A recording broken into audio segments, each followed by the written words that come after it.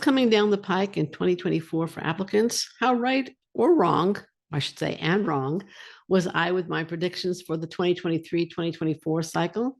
And what should applicants be doing now? We're diving into all that in this episode of Admission Straight Talk. Welcome to Admission Straight Talk, the podcast dedicated to graduate admissions and helping you approach the application process thoughtfully and successfully. Your host is Accepted's founder and world-renowned admissions guru, Linda Abraham. At Accepted, our mission is to get you to that unforgettable moment when you read your acceptance email and shout, "Yes, I'm in!" confident you'll be attending the perfect program to help you launch the career of your dreams. It's the second week of January, and we, the academic world, are at an inflection point. It's not just the new year. Yes, 2024 just started. It's that the 2023-2024 application cycle is starting to wind down as decisions come out. Some people are admitted, some people are rejected. But it's also that a new crop of applicants is emerging for 2024-2025 for that cycle. That cycle is kind of starting to come into focus. And at this inflection point, I'd like to examine some of my predictions for the 2023-24 application cycle. I'm going to brave it again. I'm going to make some additional predictions for the 2024-25 application cycle and finish the episode with suggestions and advice for current as well as new applicants. Now, if you feel that you are at a crossroads with your educational and professional journey and aren't quite sure which is the correct path for you to pursue, take advantage of Accepted's free consultation offer. You can have a free 30-minute call with one of Accepted's experienced admissions consultants by visiting accepted.com. You'll see there's a form to fill out. You'll fill it out, and then you'll be put in touch with your consultant. You'll see the offer on Accepted's homepage. Now, let's start off today's show by exploring where I was right and where I was wrong in my predictions for the 2023-2024 application cycle. Okay, so one of the things I predicted was more withdrawals from the rankings, which started in fall 2022. Med schools joined the ranking withdrawals, which I did not foresee, and I didn't make any predictions about MBA programs, but I did say that U.S. News will use publicly available data and continue to rank programs. And that is exactly what has happened. Those rankings sell lots of magazines and online subscriptions. Rankings are not going to go away as long as they produce sales. That part of my prediction was 100% correct. And they won't go away as long as applicants, alumni, and recruiters continue to buy them, use them, and cite them constantly. I anticipated more experimentation with test options and waivers. In that, I was 100% right. I predicted more test options and waivers, except for medical schools. And indeed, that's exactly what's happened. Many, if not most, law schools now accept the GRE. Some accept other tests also. Most MBA programs accept the GMAT or GRE, and many also accept the executive assessment. And there was a switch over from the traditional GRE and GMAT to new versions of it, which are shorter. And as I predicted, there has been very little change in connection with the MCAT and medical school. There's also, in addition to the new GRE and the new GMAT, the GMAT Focus, which are shorter than the old versions, there's also something coming down the pike called the JD Next option, which will be accepted by 25% of law schools, according to an article that I saw on law.com. And JD Next is a course in reading and analytics that is supposed to provide the skills you need in law school. At the end of the course, you take a test, which law schools will increasingly accept in place of the LSAT or GRE. According to the test administrators, there are no score disparities in performance between over and underrepresented groups in law school with this exam. So again, I predicted more experimentation. This is one more example of more experimentation in the testing arena for graduate school. Okay, so one other prediction I made where I was wrong is I anticipated that application volume will increase this cycle, and that didn't happen. I was wrong. I anticipated a recession in 2023, which would lead to increased application volume, and I therefore encouraged applicants to apply early in the 2023-24 cycle to try and beat the rush that I anticipated. The recession didn't happen, and there, according to the data we have so far, was no spike in application volume, and probably the contrary, it either was flat or declined. So I was wrong on application volume, right on experimentation in the testing arena and changes in testing, and partially right on withdrawal from rankings. Okay, so I'm still going to go out on a limb and give you my predictions for the upcoming year. I'll modify some of them. I'll try and be a little bit more humble about economics. But what do I see for the upcoming year? I think there's going to be more and more use of video in applications in the upcoming year. I think that's partially a reaction to the presence of ChatGPT and AI, the easy access to it, and the fact that applicants are using it more and more. I also think that videos give schools an opportunity to assess an applicant's poise and presence in very inexpensively, much less expensively than with an interview. And that's less expensive for both the applicant and the school. And I also think that applicants today, this generation, is much more comfortable with video as a medium of expression than applicants, let's say, 10 or 15 years ago. So all those factors are leading to increased use of video in graduate school applications. Application volume, which is where I was off last year. Okay, so here's where I'm going to say. It depends on employment numbers. If employment remains high and unemployment low, application volume will not increase. It may even decline further. If unemployment goes up, so will application volume. While application volume is low, you applicants have a better opportunity to get into more prestigious programs and also to snag valuable scholarships. If application volume goes up, so does competition, and your chances of acceptance and scholarships go down, particularly if you're talking at more prestigious and more competitive programs. Regardless, this is a good time to be applying, both the end of this cycle and in particular, even more so, the beginning of next cycle. Will it change next year? Will the application volume go up? Well, again, I'm going to let the economists predict the economy. I'll just say that you are better off starting early, which is I'm going to get to in a minute, and applying early next cycle so that if the economy does tank, you will beat the crowds trying to escape a bad job market.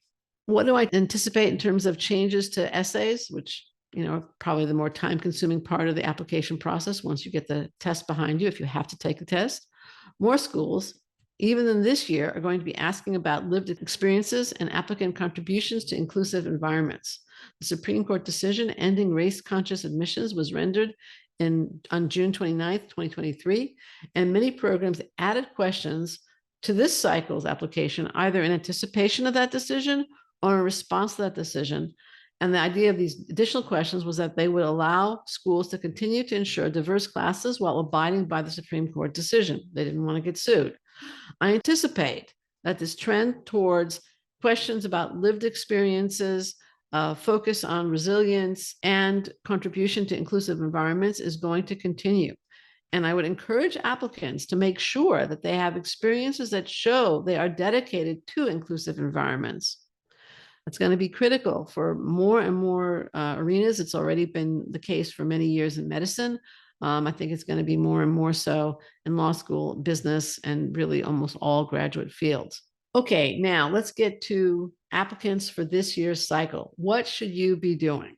It's January. You're not planning to apply until June if you're talking about medical school, or later. I hope it's June, or until September or later if you're talking about business school, law school, and other kinds of graduate schools. Well, let's look at 3 different groups in the applicant pool for next cycle, or even for this cycle, because we're going to be looking at both groups, right? Well, if you're already accepted the graduate school of your dreams, congratulations, best wishes for your future success. Probably going to be losing you as a listener, but I do wish you all well. What if you haven't heard back yet, or you got accepted somewhere, but not the school you really want? Then I would encourage you to pursue parallel tracks. Do whatever you can do to get in this cycle. So that would be preparing for your interview, and you might want to consider professional interview prep, because you don't want to make mistakes that an interview coach, such as acceptance consultants, could coach you through before the real thing. Basically have a dress rehearsal. You want to be using this time to address weaknesses. So let's say you're a pre-med and you realize that your clinical experience was a little bit on the short side. I hope you've been beefing that up so that if you're invited to interview, you can talk about the meaningful clinical exposure that you've recently had in the last 6 months. The same could be true of community service, or it could be true of some classes that you've taken and done really well in, especially if you need to do a little bit of GPA repair. And in terms of other applicants, well, we're going to get to what kind of experience is valuable. but it could be experience related to your goals, your post-degree goals. It could be something that will make you that you will enjoy, that will make you a more interesting applicant.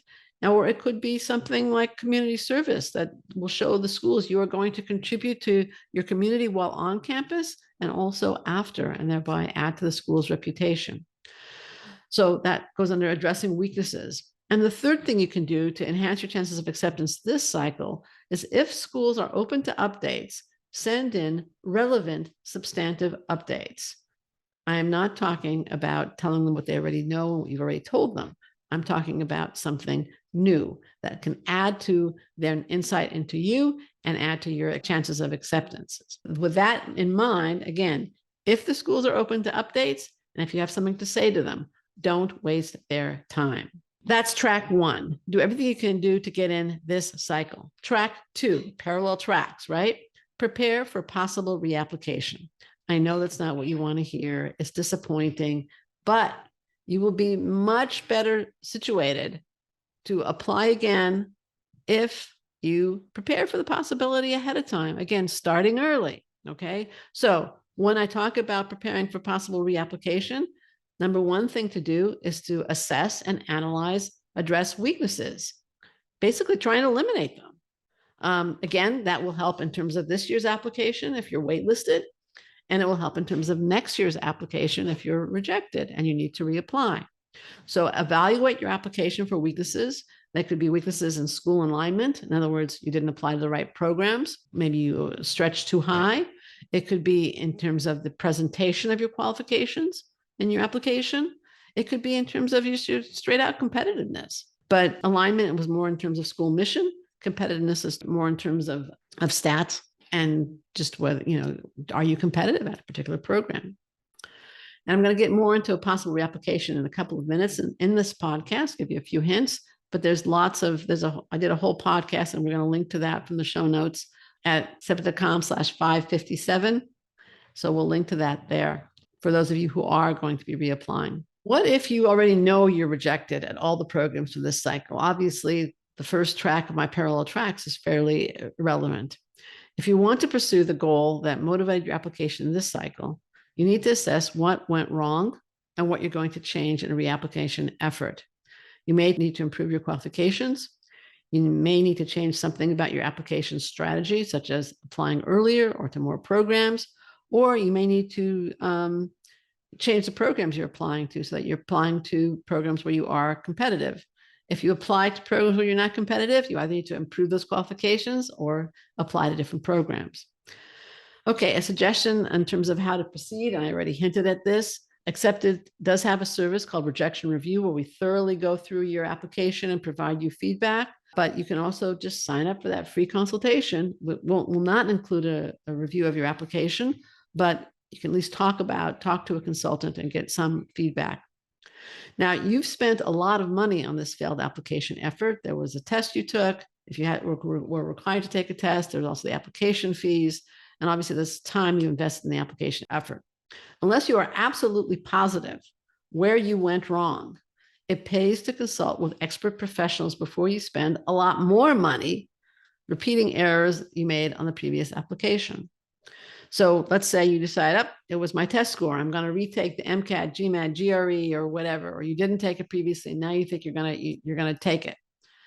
Well, that's great. That's probably a good move. But what if you made mistakes in presenting the other parts of your background? You're much better off knowing about it now than getting rejected again. Whatever you do, don't plan to do exactly what you did last time. Repeating the same thing over and over again, expecting a different outcome is a definition of insanity. Please, please, please don't do that. All right. For those of you aiming to apply in 2024 who did not apply in 2023, in other words, you're a first-time applicant or you applied a few years ago, in which case this is like you're like a first-time applicant. Here's what you should be doing now. Again, I don't recommend waiting. Number one, clarify your goals and direction. Again, if you're applying to medical school, you don't need to know whether you want to go into optometry or cardiology or dermatology or whatever. Nobody expects you to know what residency you want to go into. You might want to have some indication of whether you want to go into a specialty or primary care or research-oriented program or not, something like that. That kind of direction is good, but you don't have to have a specific residency. In contrast, if you're applying to MBA programs, you really should know what function you want after your degree program in the industry in which you want to provide it. And sometimes geography can play a role in that. So that's really important. In terms of law school, I think it's important to know how you intend to use your JD degree, not just that it's a foundation for something, but that you want to use it either in business in a particular way, or you want to use it to practice law.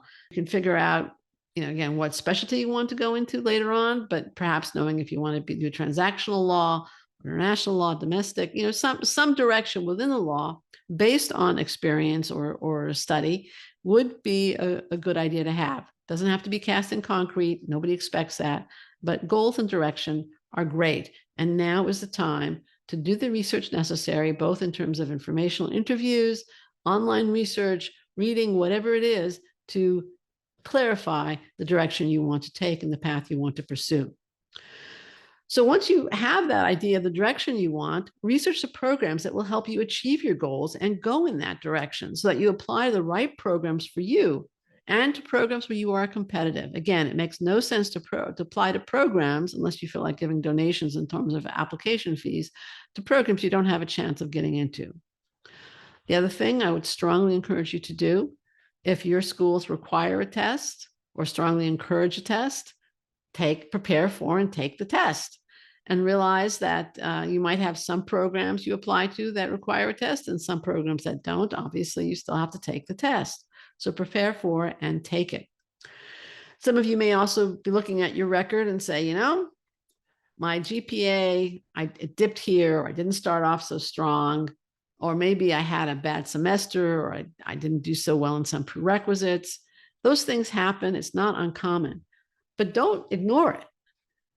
Again, address it. The best way to address it is by showing that today, now, you can perform in those classes where you did poorly previously. If you had, a couple of bad grades in your freshman year and otherwise did great, I don't think it's anything to be concerned about. But the more recent the grade problems occurred, more recently that they occurred, especially if they occurred like in your junior and senior years in upper division classes that are directly relevant to the graduate study you want to pursue, the more disconcerting they are, the more problematic they are, and the more I would encourage you to take some classes that show that today you can do well and you can apply yourself in an demanding academic environment. Pre-meds, pre-healthcare, you frequently have post-bac programs that are a little bit less common in other fields. They are excellent ways to do that GPA repair or to enhance your academics if necessary. Now, I mentioned earlier in the podcast that graduate programs also look at your experience. Do you have experience that's relevant to the course you want to pursue? Otherwise, how do you know that's what you want to do? It's a very relevant question, and relevant experience, I'm overusing the word a bit, is something that you want to have. So what does that mean? Well, for MBA applicants, it means full-time experience that you can somehow connect to what you want to do post-MBA. For law students, it could be research and writing as an undergraduate. It could be internships over the summer. It could be working in a legal office at some point, perhaps after you graduated, but something that tells the law school, you know what you're getting into and your decision is sound, logical, rational kind of thing, and not just, I want to extend college. For pre-meds, again, clinical exposure is almost mandatory. And there's many, and it's just the way it is. Don't plan to go to medical school or getting into medical school without having clinical exposure. So that's the kind of relevant experience. For many fields also, schools are increasingly looking for community service in your background. It could be on campus, it could be off campus. They are also many times, especially MBA programs, law programs, medical school programs, are looking for leadership responsibility somewhere in your background. I don't mean high school, I mean post-high school. So those kinds of experiences are also very much in demand in graduate school, and it practically doesn't matter what graduate program you're applying to. I would say probably the more research-oriented programs focus a little less on leadership, but the more professional programs definitely want to see that. Then there's irrelevant experience. The irrelevant experience could be working as a bartender. It could be sports, arts, drama, performance arts. It could be painting. It could be all kinds of different things. It could be teaching Sunday school for your church or whatever faith-based organization would be relevant. Any of those activities, they may not be directly relevant to your goal, though some of them could show leadership. It could be a combination of community service and leadership, but they make you a more well-rounded and interesting person. Graduate schools in general don't really want nerds. Again, this is particularly the professional programs. The academic programs are a little less fussy in this way, but they still like to see well-rounded people that will make interesting colleagues and members of their community. So don't be so focused on your professional or academic goals that you neglect that part of your life, really, and your personality. Now, if this sounds like a lot to do before you actually start filling out applications, well, guess what? It is. So don't delay. Your competition consists of those applicants. Your toughest competition consists of those applicants been preparing to apply for years in some cases, or at least months. If you start now, you got the months for that you can say. They will be the ones who have done the GPA repair, or maybe never had to do it. They've prepared for the test and taken it. They've participated in professional and co-professional activities that will make them an attractive applicant. And they've also made time for those kinds of fun activities that just nourish the soul and make an individual into a well-rounded human being. So the best applicants lay the foundation for successful application months and sometimes years in advance of their hitting submit. And frankly, you should too. And yes, you can do the whole application process on your own, but you may just get into better schools and or snag a scholarship with a lot less work and stress if you access the expertise of one of Accepted's outstanding consultants. Again, as I said earlier, the initial consultation is free, and then you can choose between comprehensive packages that include advising, editing, interview prep, or just a little bit of advising, editing, or interview prep, whatever you want, and whatever works best for you. You can check out the service options at accepted.com/services or sign up for a free consultation at accepted.com. Just go to the homepage and click on the yellow button that says Get Started Today. But whether you sign up for the free consultation or not, whether you use Accepted services or not, and I can't understand why you wouldn't want to at least get the consultation because that's free, do get started today. As soon as you turn off this podcast, do it. Lay it out for yourself, what you need to do to position yourself to maximize your chances of acceptance. And with that, I want to thank you listeners for joining me for this, the Accepted's 557th episode. If you find the show worthwhile, I have a suggestion for you. Subscribe. That way you won't miss any of our future shows, whether with fantastic admissions consultants, admissions directors and deans, test prep pros, or alumni doing great things. You can find subscribe links in the show notes at accepted.com/557, along with links to various resources that I've mentioned, including our podcast episode on reapplication, the MBA application timeline, and links to the free consultations that I've so strongly urged you to take advantage of. And with that, this is Admission Straight Talk produced by Accepted, and I'm your host, Linda Abraham. I'll talk to you again next week.